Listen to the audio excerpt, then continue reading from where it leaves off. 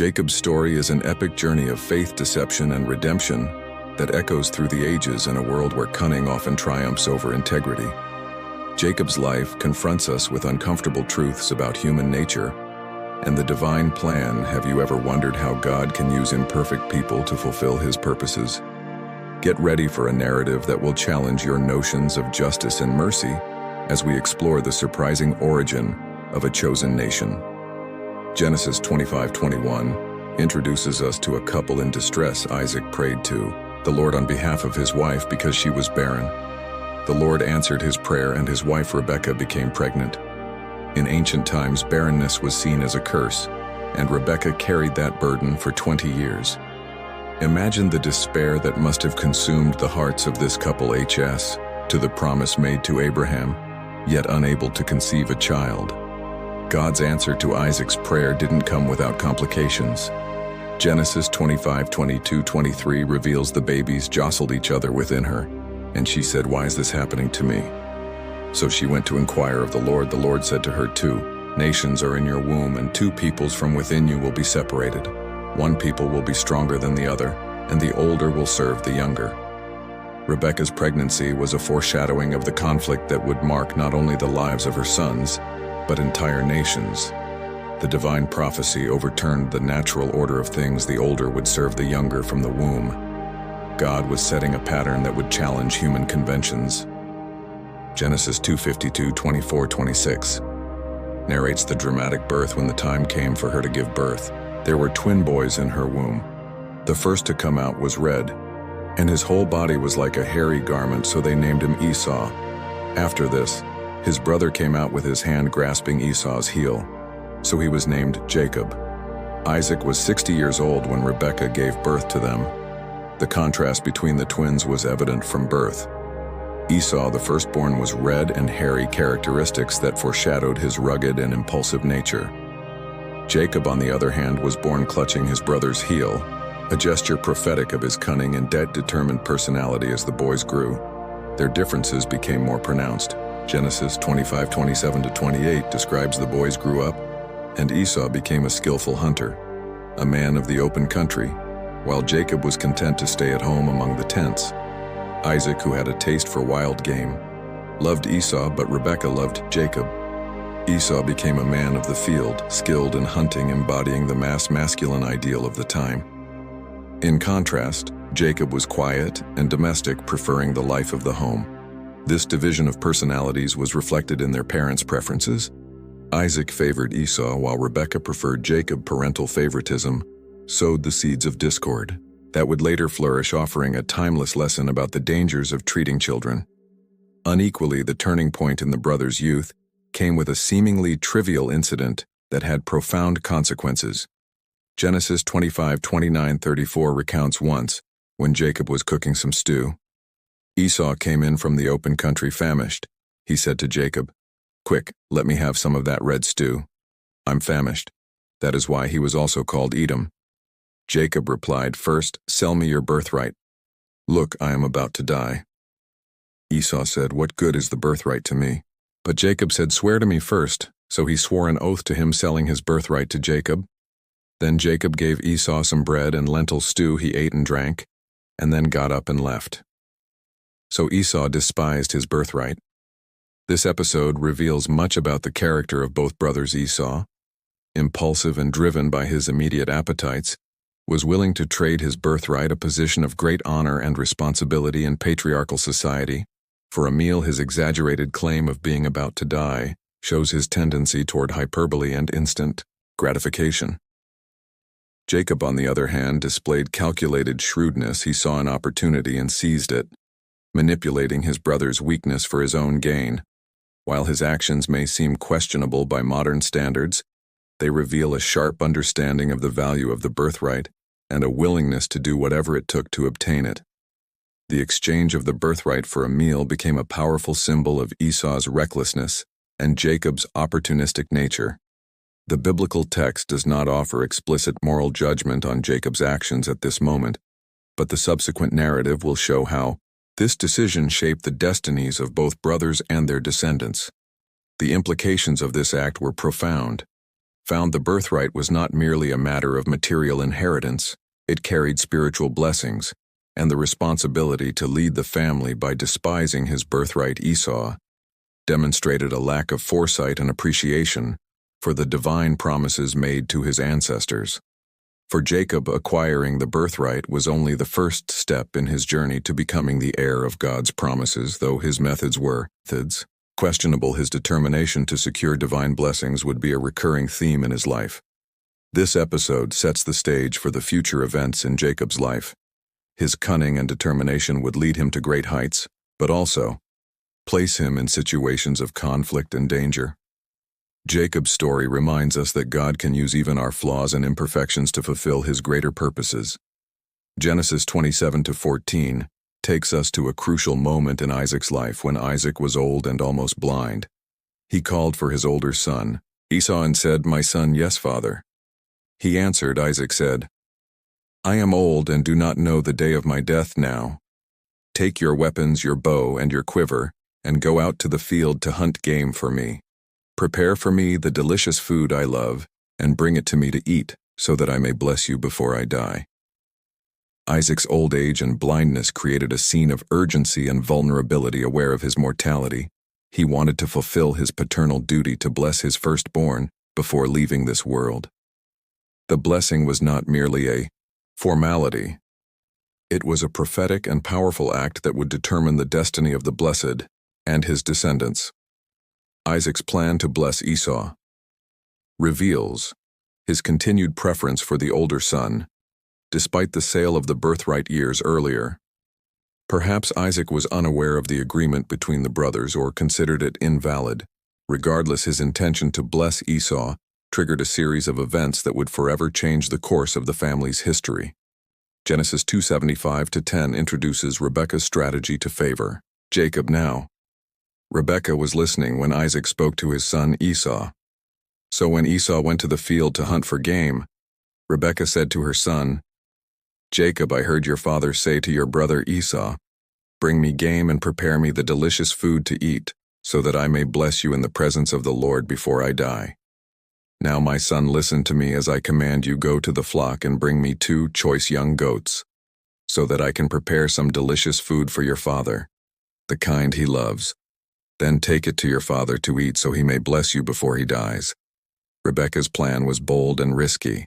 She not only interfered with her husband's will, but also placed her favorite son in a dangerous position.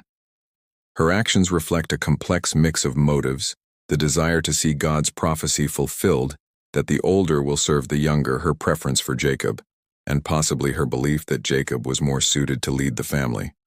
The preparation of the stew was just the first step. Genesis 27:11-17 details Jacob's elaborate disguise. But Jacob said to Rebekah his mother, "But my brother Esau is a hairy man, and I am a smooth man. What if my father touches me? I would appear to be tricking him and bring down a curse on myself rather than a blessing." His mother said to him, "My son, let the curse fall on me. Just do what I say. Go and get them for me." So he went and got them and brought them to his mother, and she prepared the delicious food, the kind his father loved. Then Rebekah took the best clothes of Esau, her older son, which she had at home, and put them on her younger son Jacob. She also covered his hands and the smooth part of his neck with the goatskins. Then she handed to her son Jacob the delicious food and the bread she had made. This passage reveals Jacob's initial hesitation, not from moral principles but from fear of being caught. Rebekah's response. Taking responsibility for any curse demonstrates her determination to see her plan realized. The elaborate disguise using Esau's clothes and goatskins shows how far they were willing to go to deceive Isaac. Jacob's encounter with Isaac is narrated in Genesis 2:71-18-29. With palpable tension, Jacob went to his father and said, "My father." "Yes, who are you?" "My son," Isaac asked. Jacob said to his father, "I am Esau. Your firstborn. I have done as you told me. Please sit up and eat some of my game so that you may bless me." Isaac asked his son, "How did you find it so quickly?" "My son, the Lord your God gave me success," he replied. Then Isaac said to Jacob, "Come near so I can touch you, my son, to know whether you really are my son Esau or not." The scene is filled with suspense. Jacob repeatedly lies, even invoking God's name to lend credibility to his story. Isaac, suspicious, insists on touching his son. Genesis 27:22-23 continues. Jacob went close to his father Isaac, who touched him and said, "The voice is the voice of Jacob, but the hands are the hands of Esau." He did not recognize him, for his hands were hairy, like those of his brother Esau. So he blessed him. The test of touch reveals Isaac's internal conflict. His senses are at odds. Touch says it's Esau, but the voice is Jacob's, yet trusting his sense of touch more than his hearing. Isaac proceeds with the blessing. The blessing given to Jacob, recorded in Genesis 27:27-29, is powerful and comprehensive. He smelled the smell of his clothes and blessed him, saying, "Ah, the smell of my son is like the smell of a field that the Lord has blessed. May God give you of heaven's dew, and of earth's richness, an abundance of grain and new wine. May nations serve you, and peoples bow down to you. Be Lord over your brothers, and may the sons of your mother bow down to you. Cursed be those who curse you, and blessed be those who bless you." This blessing, rich in imagery and promises, encompasses material prosperity, political dominion, and a special spiritual status. Ironically, the blessing includes dominion over his brothers, echoing the prophecy given before the twins were born. Esau's return and the discovery of the deception are narrated with dramatic intensity in Genesis 27:3-5, after Isaac finished blessing him, and Jacob had scarcely left his father's presence. His brother Esau came in from hunting. He too prepared some delicious food and brought it to his father. Then he said to him, "My father, sit up and eat some of my game so that you may bless me." His father Isaac asked him, "Who are you?" "I am Esau, your firstborn." He answered. Isaac trembled violently and said, "Who was it then that hunted game and brought it to me? I ate it just before you came, and I blessed him, and indeed he will be blessed." When Esau heard his father's words, he burst out with a loud and bitter cry and said to his father, "Bless me too, my father." But he said, "Your brother came deceitfully and took your blessing." Isaac's reaction, trembling violently, reveals the shock and horror of the discovery. His declaration, "And indeed he will be blessed," indicates his understanding that the blessing once spoken could not be revoked. It was a prophetic word, not merely a paternal wish. Esau's despair is palpable. Genesis 27:3-6-8 captures his anguish. Esau said, "Isn't he rightly named Jacob? This is the second time he has taken advantage of me. He took my birthright, and now he's taken my blessing."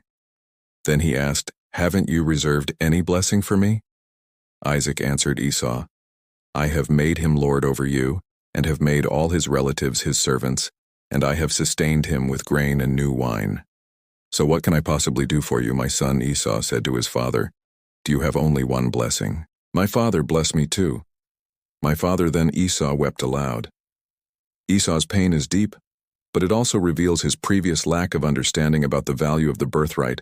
Only now does he fully grasp what he has lost: his plea for a blessing. Any blessing is touching. Isaac offers Esau a secondary blessing in Genesis 27:39-4. His father Isaac answered him, "Your dwelling will be away from the earth's richness, away from the dew of heaven above. You will live by the sword, and you will serve your brother. But when you grow restless, you will throw his yoke from off your neck." This blessing, in stark contrast to Jacob's, foretells a life of struggle for Esau and his descendants. However, it also includes a promise of eventual liberation from Jacob's rule. Esau's threat of revenge is immediate and serious. Genesis 27:41 reports Esau held a grudge against Jacob because of the blessing his father had given him. He said to himself, "The days of mourning for my father are near. Then I will kill my brother Jacob." This plan for murder reveals the depth of Esau's anger and the imminent danger to Jacob. The situation demands swift action. Genesis 27:42-4 outlines Rebekah's plan for Jacob's escape. When Rebekah was told what her older son Esau had said, she sent for her younger son Jacob and said to him, "Esau is planning to kill you now. Then, my son, do what I say. Flee at once to my brother Lon in Haran. Stay with him for a while, until your brother's fury subsides. When your brother is no longer angry and forgets what you did to him, I'll send word for you to come back from there. Why should I lose both of you in one day?" Rebekah's plan demonstrates her ongoing cunning. She not only protects Jacob from Esau's immediate wrath, but also ensures the continuity of the promised lineage. Her last statement suggests she fears not only for Jacob's life, but also for the consequences Esau would face if he killed his brother Jacob's departure for Haran. Narrated in Genesis 28:15, marks the beginning of a new chapter in his life. Isaac called for Jacob and blessed him. Then he commanded him, "Do not marry a Canaanite woman. Go at once to Paddan Aram, to the house of your mother's father, Bethuel. Take a wife for yourself. There, from among the daughters of Lon, your mother's brother, may God Almighty bless you and make you fruitful, and increase your numbers until you become a community of peoples. May he give you and your descendants the blessing given to Abraham, so that you may take possession of the land where you now reside as a foreigner, the land God gave to Abraham." Then Isaac sent Jacob on his way, and he went to Paddan Aram to Lan son of Bethuel, the Aramean, the brother of Rebekah, who was the mother of Jacob and Esau. This passage reveals that Isaac, despite the deception, accepts God's will and blesses Jacob again this time. Knowingly, he also gives specific instructions about marriage, emphasizing the importance of maintaining the purity of the family line. Thus Jacob departs, leaving behind a divine Ed family and an enraged brother. His journey to Haran is not just a physical escape, but the beginning of a spiritual transformation. The events that follow will shape his character and prepare him to become Israel, the father of the TW tribes. The story of Jacob's deception and flight is a powerful reminder of how human actions, even those motivated by ambition or fear, can be used by God to fulfill his greater purposes.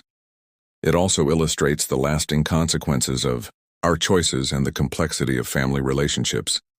Genesis 28:10-11 marks the beginning of Jacob's journey toward Haran. Jacob left Bozbah and set out for Haran. When he reached a certain place, he stopped for the night, because the sun had set. Taking one of the stones there, he put it under his head and lay down to sleep. Imagine Jacob alone for the first time in his life, fleeing from home, sleeping out in the open with only a stone for a pillow. It is at this moment of vulnerability that God chooses to reveal himself to Jacob in an extraordinary way. Genesis 28:12-15 describes Jacob's famous dream. He had a dream in which he saw a stairway resting on the earth, with its top reaching to heaven, and the angels of God were ascending and descending on it. There above it stood the Lord, and he said, "I am the Lord, the God of your father, Abraham, and the God of Isaac. I will give you and your descendants the land on which you are lying. Your descendants will be like the dust of the earth, and you will spread out to the west and to the east, to the north and to the south. All peoples on earth will be blessed through you and your offspring. I am with you, and will watch over you wherever you go, and I will bring you back to this land. I will not leave you until I have done what I have promised you." This vision of the stairway to heaven is a powerful revelation of the connection between heaven and earth, and of God's constant presence in Jacob's life. The divine promise reaffirms the blessings given to Abraham and Isaac, now extended directly to Jacob. Jacob's response, recorded in Genesis 28:16-22, reveals a profound spiritual transformation. When Jacob awoke from his sleep, he thought, "Surely the Lord is in this place, and I was not aware of it." He was afraid and said, "How awesome is this place! This is none other than the house of God. This is the gate of heaven." Early the next morning, Jacob took the stone he had placed under his head and set it up as a pillar and poured oil on top of it. He called that place Bethel, though the city used to be called Luz. Then Jacob made a vow, saying, "If God will be with me and will watch over me on this journey I am taking, and will give me food to eat and clothes to wear, so that I return safely to my father's household, then the Lord will be my God. And this stone that I have set up as a pillar will be God's house, and of all that you give me I will give you a tenth." This vow marks the beginning of a personal relationship between Jacob and God for the first time. We see Jacob acknowledging God not only as the God of his fathers, but as his own God. Jacob's arrival in Haran is narrated in Genesis 29:1-12, culminating in his encounter with Rachel at the well. Then, Jacob continued his journey and came to the land of the eastern peoples. There he saw a well in the field with 3 flocks of sheep lying near it, because the flocks drank from that well. A large stone covered the mouth of the well. When all the flocks were gathered there, the shepherds would roll the stone away from the well's mouth and water the sheep. Then they would return the stone to its place over the mouth of the well. Jacob asked the shepherds, "My brothers, where are you from?" "We are from Haran," they replied. He asked them, "Do you know Laban, Nahor's grandson?" "Yes, we know him," they answered. Then Jacob asked, "Is he?" "Well, yes, he is," they said, "and here comes his daughter Rachel with the sheep." "Look," Jacob said, "the sun is still high. It is not time for the flocks to be gathered water the sheep and take them back to graze. We can't." They replied, "Until all the flocks are gathered and the stone has been rolled away from the well's mouth. Then we will water the sheep." While he was still talking with them, Rachel came with her father's sheep, for she was a shepherdess. As soon as Jacob saw Rachel, daughter of Laban, his mother's brother, and Laban's sheep, he went over and rolled the stone away from the well's mouth and watered his uncle Laban's sheep. Then Jacob kissed Rachel and began to weep aloud. He told Rachel that he was a relative of her father and that he was the son of Rebekah. She ran and told her father. This encounter at the well echoes similar meetings in his family history, such as Abraham's servant finding Rebekah. Jacob's action of single-handedly rolling away the heavy stone from the well demonstrates his physical strength and his desire to impress Rachel. The reunion with Laban's family is warm, as described in Genesis 29:13-4. As soon as Laban heard the news about Jacob, his sister's son, he hurried to meet him. He embraced him and kissed him, and brought him to his home. And there Jacob told him all these things. Then Laban said to him, "You are my own flesh and blood."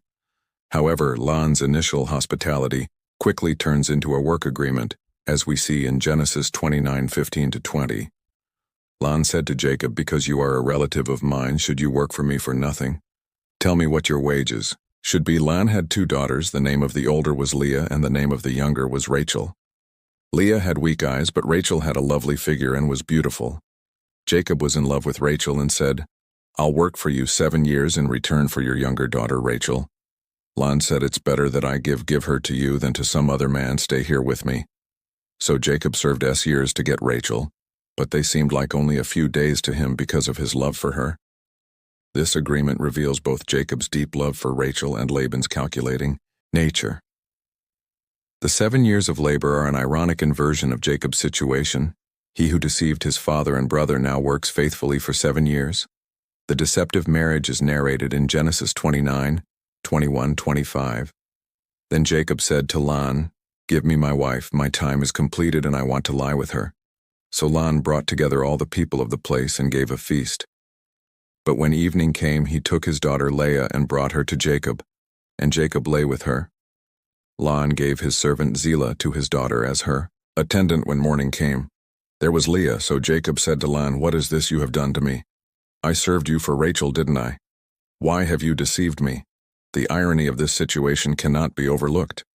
Jacob, who deceived his blind father, is now deceived in the darkness of his wedding night. Jacob's question, "Why have you deceived me?" echoes the question that Esau must have asked him years before. Laban's response and the second agreement are described in Genesis 29:26-30. Laban replied, "It is not our custom to give the younger daughter in marriage before the older one finish this daughter's bridal week. Then we will give you the younger one in return for another 7 years of work." And Jacob did so. He finished the week with Leah, and then Laban gave him his daughter Rachel to be his wife. Laban gave his servant Bilhah to his daughter Rachel as her attendant. Jacob lay with Rachel also, and he loved Rachel more than Leah, and he worked for Laban another 7 years. Thus Jacob finds himself married to 2 sisters, a situation that will create tension and rivalry in the years to come. Jacob's preferential love for Rachel mirrors the favoritism of his own parents, perpetuating a cycle of family conflict. Jacob's children are born amid this rivalry, as described in Genesis 29:31-35 and 31:24. Leah gives birth to Reuben, Simeon, Levi, and Judah. Rachel, unable to conceive, gives her servant Bilhah to Jacob, who bears Dan and Naphtali. Leah, seeing that she stopped having children, gives her servant Zilpah to Jacob, who bears Gad and Asher. Leah then conceives again and gives birth to Issachar and Zebulun. Finally, Rachel conceives and gives birth to Joseph. This narrative of births is filled with tension and competition between the sisters, each seeking to gain Jacob's favor through motherhood. The names given to the children often reflect their mother's emotions and hopes. The years in Haran transformed Jacob from a young bachelor into a man with a large and complex family, through deceit, hard work, and family rivalries. Jacob begins to experience the consequences of his past actions. However, amid all this, we see the gradual fulfillment of God's promise to make him a great nation. Genesis 32:8 marks the beginning of Jacob's desire to return to his homeland after Rachel gave birth to Joseph. Jacob said to Laban, "Send me on my way so I can go back to my own homeland. Give me my wives and children for whom I have served you, and I will be on my way. You know how much work I have done for you." But Laban said to him, "If I have found favor in your eyes, please stay.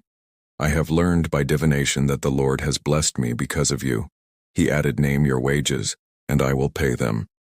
This passage reveals the tension between Jacob's desire to return and Laban's desire to keep him. Recognizing the blessings Jacob has brought. Jacob's prosperity as a shepherd is described in Genesis 30:29-43. Jacob proposes an apparently unfavorable deal for himself, asking only for the speckled and spotted animals from the flock. However, through a combination of selective breeding and possibly divine intervention, Jacob manages to significantly increase his wealth. Genesis 31:12-03 describes the growing resentment of Laban's sons and God's command for Jacob to return. Jacob, however, heard that Laban's sons were saying, "Jacob has taken everything that belonged to our father and gained all this wealth at our father's expense." And Jacob noticed that Laban no longer treated him as before. Then the Lord said to Jacob, "Return to the land of your ancestors and to your own people, and I will be with you." The secret planning of the departure is narrated in Genesis 31:4-13, where Jacob explains the situation to Rachel and Leah, revealing a dream in which God instructed him to leave Jacob's wives support his decision, acknowledging their father's unjust treatment. Genesis 31:1-17-21 describes the escape during the sheep shearing. Then Jacob put his children and his wives on camels, and he drove all his livestock ahead of him, along with all the goods he had accumulated in Paddan Aram, to go back to his father Isaac in the land of Canaan, when Laban had gone to shear his sheep. Rachel stole her father's household gods. Moreover, Jacob deceived Laban the Aramean by not telling him he was fleeing. He fled with all he had crossed the Euphrates River and headed for the hill country of Gilead. Rachel's theft of the household gods adds complexity to the situation, possibly indicating her reluctance to sever ties with her family completely. The pursuit of Laban is narrated in Genesis 31:2-2. On the third day, Laban was told that Jacob had fled, taking his relatives with him. Laban pursued Jacob for 7 days and caught up with him in the hill country of Gilead. Then God came to Laban the Aramean in a dream at night and said to him, "Be careful not to say anything to Jacob, either good or bad." Jacob had pitched his tent in the hill country of Gilead when Laban overtook him, and Laban and his relatives camped there too. God's warning to Laban in a dream demonstrates his continued protection over Jacob. Even when Jacob's actions were questionable, the confrontation on Mount Gilead is described in Genesis 31:26-42.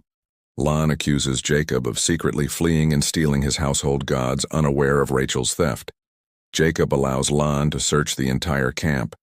Rachel, sitting on the gods, deceives her father by claiming she cannot get up because of her menstrual period, preventing him from searching where she was sitting. Jacob then expresses his frustration over Laban's treatment over the years. "For 20 years, I was with you, your sheep and goats did not miscarry, nor did I eat rams from your flocks. I did not bring you animals torn by wild beasts. I bore the loss myself, and you demanded payment from me for whatever was stolen by day or night. The heat consumed me in the daytime, and the cold at night, and sleep fled from my eyes. It was like this for 20 years. I was in your household. I worked for you 14 years for your 2 daughters and 6 years for your flocks, and you changed my wages 10 times. If the God of my father, the God of Abraham and the fear of Isaac had not been with me, you would surely have sent me away empty-handed. But God has seen my hardship and the toil of my hands, and last night he rebuked you." This passionate speech reveals Jacob's sense of injustice and his belief in divine intervention on his behalf. The covenant between Jacob and Laban is established in Genesis 31:43-55. They set up a heap of stones as a witness to their agreement not to harm each other. Laban calls the heap Jagar, Sahadutha in Aramaic, while Jacob calls it Galeed in Hebrew. Both meaning heap of witness. Genesis 31:55 marks their final separation. Early the next morning, Laban kissed his grandchildren and his daughters and blessed them. Then he left and returned home with this farewell. A significant chapter of Jacob's life comes to an end. He leaves Haran no longer as a young man, but as the patriarch of a large and prosperous family. The encounter with angels at Mahanaim is briefly mentioned in Genesis 32:1-2. Jacob also went on his way, and the angels of God met him. When Jacob saw them, he said, "This is the camp of God," so he named that place Mahanaim. This encounter serves as a reminder of God's continued presence and protection, preparing Jacob for the challenge ahead. The preparation for the meeting with Esau is narrated in Genesis 3:2-3-1. Jacob sends messengers ahead to inform Esau of his arrival. When the messengers return with the news that Esau is coming to meet him with 400 men, Jacob is terrified in his fear. Jacob divides his group into two camps, thinking if Esau comes and attacks one camp, the other camp may escape. Then he prays fervently to God, "O God of my father Abraham, God of my father Isaac, Lord, you who said to me, 'Go back to your country and your relatives, and I will make you prosper.' I am unworthy of all the kindness and faithfulness you have shown your servant. I had only my staff when I crossed this Jordan. But now I have become two camps. Save me. I pray from the hand of my brother Esau, for I am afraid he will come and attack me, and also the mothers with their children. But you have said, 'I will surely make you prosper, and will make your descendant like the sand of the sea, which cannot be counted.'" This prayer reveals Jacob's inner struggle between fear and faith, reminding God of his promises while acknowledging his own unworthiness. Jacob also prepares a substantial gift for Esau, sending it in separate groups ahead of him, hoping to appease his brother. Thus ends Jacob's preparation for the encounter he has dreaded for 20 years. The man who left his land as a fugitive now returns as a prosperous patriarch, still grappling with the consequences of his past actions and his faith in God. Genesis 32:22-32 narrates one of the most enigmatic and transformative episodes in Jacob's life: his struggle with the angel at Peniel that night. Jacob got up and took his 2 wives, his 2 female servants, and his 11 sons, and crossed the ford of the Jabbok after he had sent them across the stream.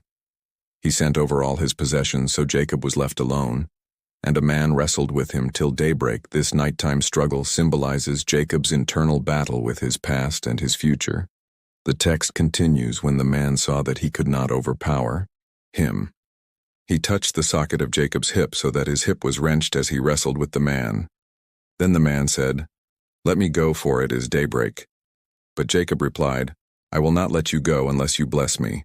The man asked him, 'What is your name, Jacob?' He answered. Then the man said, 'Your name will no longer be Jacob but Israel, because you have struggled with God and with humans, and have overcome. The change of Jacob's name to Israel marks a profound transformation in his identity. No longer the supplanter, he is now one who struggles with God. Jacob emerges from this experience blessed yet also wounded, limping, due to the blow to his thigh. This physical injury serves as a constant reminder of his encounter with the divine. The long-feared meeting with Esau finally occurs in Genesis 33 on verse 1. Jacob looked up and saw Esau approaching, and with him were 400 men. So he divided the children among Leah, Rachel, and the 2 maids. He put the maids and their children in front, Leah and her children next, and Rachel and Joseph last. He himself went on ahead and bowed down to the ground 7 times as he approached his brother Jacob's cautious approach. Bowing 7 times demonstrates his submission and desire for reconciliation. However, Esau's reaction surprises everyone, but Esau ran to meet Jacob and embraced him. He threw his arms around his neck and kissed him, and they wept. This moment of reconciliation is powerful and unexpected. Esau's embrace and tears show that time has healed old wounds. The dialogue that follows reveals the generosity of both brothers. Jacob insists that Esau accept his gift, saying, "Please accept the gift that was brought to you, for God has been gracious to me, and I have all I need after this emotional encounter." The brothers part amicably. Genesis 33:16-17 states that day, Esau started on his way back to Jacob, however went to Soko, where he built a place for himself and made shelters for his livestock. That is why the place is called Soko. Jacob's establishment in Soko, and later in Shem, marks the beginning of a new phase in his life. Genesis 33:18-20 says, after Jacob came from Paddan Aram, he arrived safely at the city of Shem in Canaan, and camped within sight of the city for 100 pieces of silver. He bought from the sons of Hamor, the father of Shem, the plot of ground where he pitched his tent. There he erected an altar, and called it El Elohi Israel. However, Jacob's newly found peace is shaken by the incident involving his daughter, Dinah, narrated in Genesis 34. Dinah, the daughter Leah had borne to Jacob, went out to visit the women of the land, when Shem, son of Hamor, the Hivite, the ruler of that area, saw her. He took her and raped her. Dinah's violation by Shem triggers a series of tragic events. Although Shem falls in love with Dinah and asks to marry her, Jacob's sons, particularly Simeon and Levi, plot revenge. They deceived the Shechemites into agreeing to circumcision as a condition for the marriage. And then, while the men are recovering from the circumcision, Simeon and Levi attack the city, killing all the men. Jacob's reaction to this massacre is one of horror and concern. Genesis 34:30 records, "Then Jacob said to Simeon and Levi, 'You have brought trouble on me by making me a stench to the Canaanites and Perizzites, the people living in this land. We are few in number. If they join forces against me and attack me, I and my household will be destroyed.'" After this traumatic incident, God instructs Jacob to go to Bethel. Genesis 35:23 shows Jacob leading his family in an act of spiritual purification. So Jacob said to his household and to all who were with him, "Get rid of the foreign gods you have with you, and purify yourselves, and change your clothes. Then come, let us go up to Bethel, where I will build an altar to God who answered me in my day of distress and who has been with me wherever I have gone." In Bethel, God reaffirms his promise to Jacob and confirms his name, changed to Israel. Genesis 35:1-2 says, "God said to him, 'Your name is Jacob, but you will no longer be called Jacob. Your name will be Israel.' So he named him Israel. And God said to him, 'I am God Almighty. Be fruitful and increase in number. A nation and a community of nations will come from you, and kings will be among your descendants. The land I gave to Abraham and Isaac I give to you, and I will give this land to your descendants after you." On the journey from Bethel to Ephrath, Rachel goes into labor. Genesis 35:6-20 narrates, "Then they moved on from Bethel while they were still some distance from Ephrath. Rachel began to give birth and had great difficulty. And as she was having great difficulty in childbirth, the midwife said to her, 'Don't despair, for you have another son.' As she breathed her last, for she was dying, she named her son Ben-Oni, but his father named him Benjamin. So Rachel died and was buried on the way to Ephrath. That is Bethlehem. Rachel's death during Benjamin's birth is a devastating blow to Jacob, marking the end of a significant chapter in his life. The chapter concludes with a final trial for Jacob. The incident involving Reuben and Bha, briefly mentioned in Genesis 35:22. While Israel was living in that region, Reuben went in and slept with his father's concubine Bilhah, and Israel heard of it. This act by Reuben, the firstborn, will have lasting consequences affecting his position in the family and his future inheritance. Thus, this period in Jacob's life is marked by reconciliation and spiritual renewal, but also by personal and familial tragedies that continue to shape his character and the future of his lineage. Genesis 35:27 marks Jacob's return to his father's house. Jacob came home to his father Isaac in Mamre, near Kirath Arbor, that is Hebron, where Abraham and Isaac had stayed. This return completes the cycle of Jacob's journey, bringing him back to his roots. The death and burial of Isaac are briefly narrated in Genesis 35:28-29. Isaac lived 180 years.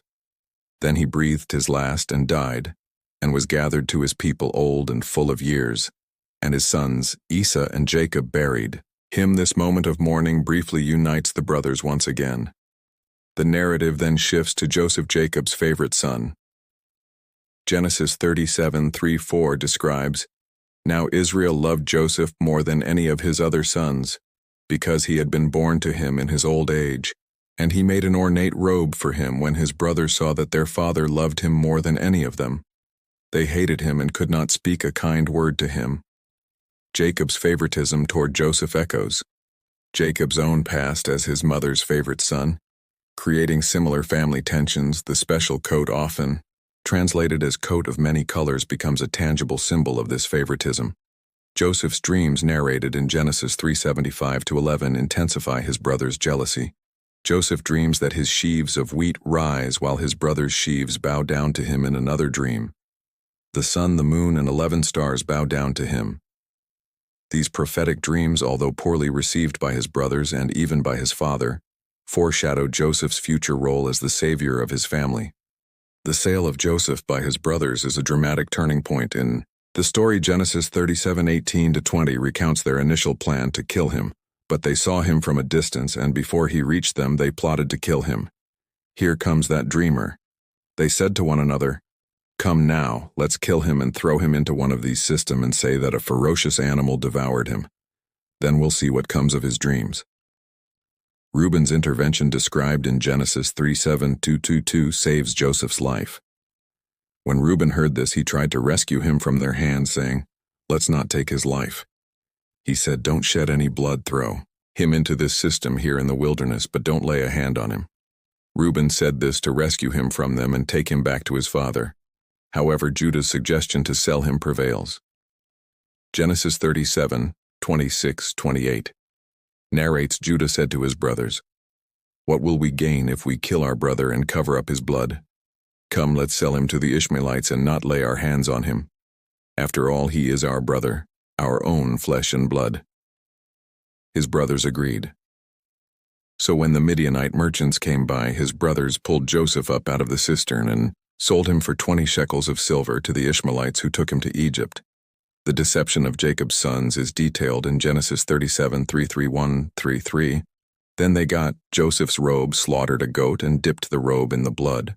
They took the ornate robe back to their father and said, "We found this. Examine it to see whether it is your son's robe." He recognized it and said, "It is my son's robe. Some ferocious animal has devoured him. Joseph has surely been torn to pieces." Jacob's intense mourning is poignant. Genesis 37:34-35 describes, "Then Jacob tore his clothes, put on sackcloth, and mourned for his son many days. All his sons and daughters came to comfort him, but he refused to be comforted. 'No,' he said, 'I will continue to mourn until I join my son in the grave.' So his father wept for him." The years of sadness and mourning for Joseph are a dark period in Jacob's life, unaware of his beloved son's true fate. He lives with deep pain that even the rest of his family cannot alleviate. The narrative then moves to a time of famine in the land of sea. Genesis 4:21-2 recounts, when Jacob learned that there was grain in Egypt, he said to his sons, "Why do you just keep looking at each other?" He continued, "I have heard that there is grain in Egypt. Go down there and buy some for us, so that we may live and not die," sending his sons to Egypt to buy food sets off a chain of events that will eventually lead to the family reunion. The detention of Simeon in Egypt and the demand to bring Benjamin on the next visit create a dilemma for Jacob. Genesis 42:36 captures Jacob's anguish. Their father Jacob said to them, "You have deprived me of my children. Joseph is no more, Simeon is no more. And now you want to take Benjamin. Everything is against me." His reluctance to send Benjamin, the last son of his beloved Rachel, is understandable in light of his previous losses. The second trip to Egypt with Benjamin is narrated in Genesis 43.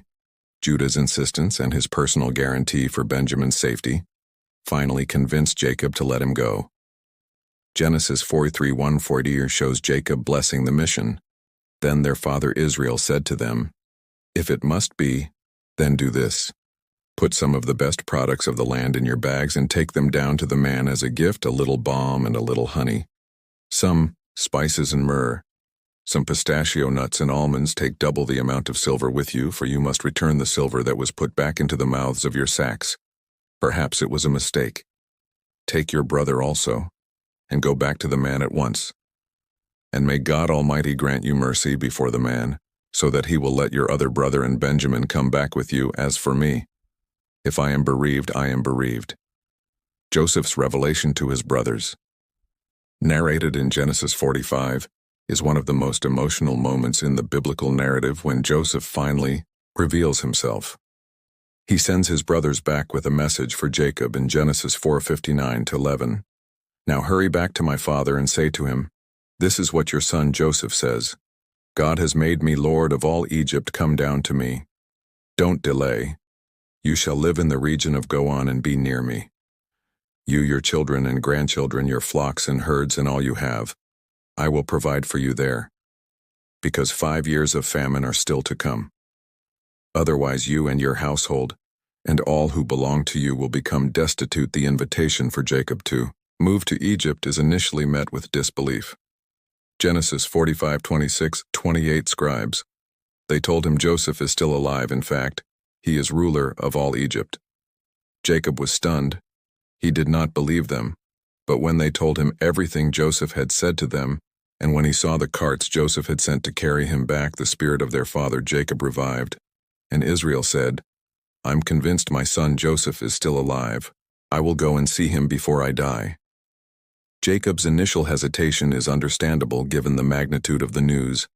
However, he receives divine confirmation in BBA as narrated in Genesis 46:24, "And God spoke to Israel in a vision at night and said, 'Jacob, Jacob, here I am.' He replied, 'Then God said, I am God, the God of your father. Do not be afraid to go down to Egypt, for I will make you into a great nation. There I will go down to Egypt with you, and I will surely bring you back again, and Joseph's own hand will close your eyes." The journey to Egypt and the emotional reunion with Joseph are described in Genesis 46:29-30. Joseph had his chariot made ready and went to Goan to meet his father Israel as soon as Joseph appeared. Before him he threw his arms around his father and wept for a long time. Israel said to Joseph, "Now I am ready to die, since I have seen for myself that you are still alive." The settlement in the land of Goan marks the beginning of the final phase of Jacob's life. Genesis 4:77-10 narrates Jacob's encounter with Pharaoh. Then Joseph brought his father Jacob in and presented him before Pharaoh, after Jacob blessed Pharaoh. Pharaoh asked him, "How old are you?" And Jacob said to Pharaoh, "The years of my pilgrimage are 130. My years have been few and difficult, and they do not equal the years of the pilgrimage of my fathers." Then Jacob blessed Pharaoh and went out from his presence. The last 17 years of Jacob's life in Egypt were a time of relative peace and prosperity. Genesis 47:27-28 summarizes now. The Israelites settled in Egypt in the region of Goan. They acquired property there and were fruitful and increased greatly in number. Jacob lived in Egypt 17 years, and the years of his life were 147. Jacob's final blessings are recorded in Genesis 48 and 49. He adopts Ephraim and Manasseh, Joseph's sons, as his own, elevating them to the status of tribes in a reflection of his own story.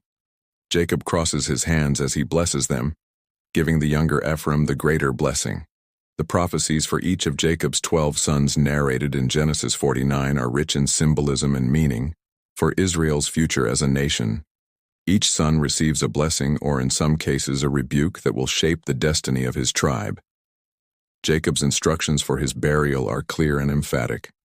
Genesis 49:29-32 records. Then Jacob gave them these instructions: "I am about to be gathered to my people. Bury me with my fathers in the cave in the field of Ephron, the Hittite, the cave in the field of Melah, near Mamre in Canaan, which Abraham bought along with the field as a burial place from Ephron, the Hittite there. Abraham and his wife Sarah were buried there. Isaac and his wife Rebekah were buried, and there I buried."